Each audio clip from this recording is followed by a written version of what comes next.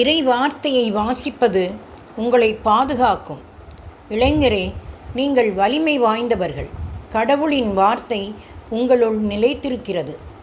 தீயோனை நீங்கள் வென்றுள்ளீர்கள். எனவே உங்களுக்கு எழுதியுள்ளேன். 1 யோவான் 2 அதிகாரம் 14வது வசனம். நீங்கள் வாசிக்கிற இறை வார்த்தை உங்கள் ஆவியில் தங்கியிருக்கும். அந்த வார்த்தையின் பாதுகாக்கும் வல்லமையை நீங்கள் அனுபவிப்பீர்கள். மந்திரவாதம் செய்து மனம் மாறிய ஒருவர் தன் சாட்சியை பகிர்ந்து கொண்டார். பெரிய கட்டிடத்தின் மேலே ஏறி தெருவில் போவோர் வருவோரை பார்த்து, யாருக்கு நான் மந்திரவாதம் செய்யலாம் என்று பார்ப்பேன்.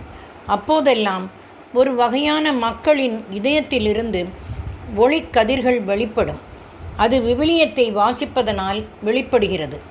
அத்தகைய மக்களுக்கு எதிராக என்னால் ஒன்றும் செய்ய இயலாது. இறைவார்த்தை வாசிப்பது விடுதலையை கொண்டு வரும். ஏனெனில் இறைவார்த்தை என்பது தூய ஆவி தருகிற போர்வாள். சமீபத்தில் ஒரு மனிதனின் சாட்சியத்தை கேட்டேன். ஒரு மனிதர் எனக்கு விவிலியம் ஒன்றை வாசிப்பதற்காக தந்தார். நான் அதை எடுத்து அதிலுள்ள வார்த்தைகளை வாசித்து கொண்டு இருக்கும்போது ஒரு பிசாசின் ஆவி என்னை விட்டு அகல்வதை உணர்ந்தேன்.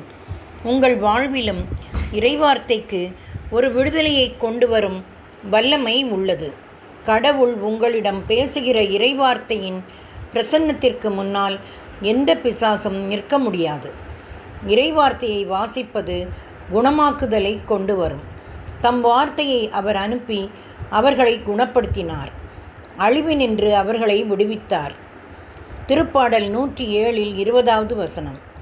ஒரு மருத்துவர் விடுதலை பயணத்தை வாசித்து கொண்டு இருந்தபோது தூய ஆவியானவர் விடுதலை பயணம் 15:26 அவரில் தூண்டி எழுப்பினார்.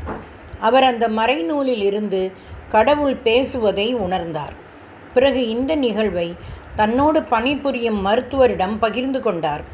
அதற்கு அந்த நண்பர் அவரை கேலி செய்து கொண்டே, அந்த வார்த்தைகள் இஸ்ரேல் மக்களுக்கு அன்று கூறியது, அது உங்களுக்குரியது அல்ல என்று கூறினார். அதற்கு பதிலாக அந்த மருத்துவர், அது உண்மைதான், நானே உன்னை குணமாக்கும் ஆண்டவர் என்ற இறைவார்த்தை வழியாக ஆண்டவர் என்னோடு பேசினார்.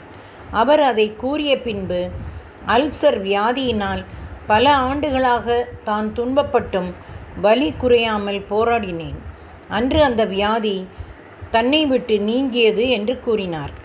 எனக்கு ஒரு வியாதி திரும்ப திரும்ப தாக்கியதால் மிகுந்த துன்பப்பட்டேன். ஜனவரி 2004 முதல் தேதி அன்று காலை என் படுக்கையிலிருந்து எழுந்து அமர்ந்தேன். ஆண்டவரே என்னோடு பேசும் என்று கூறிக்கொண்டே விவிலியத்தை திறந்து பார்த்தேன். திறக்கப்பட்ட விவிலியத்தின் பகுதி எசையா 41வது அதிகாரம் 10வது வசனம். தொடர்வோமா நண்பர்களே?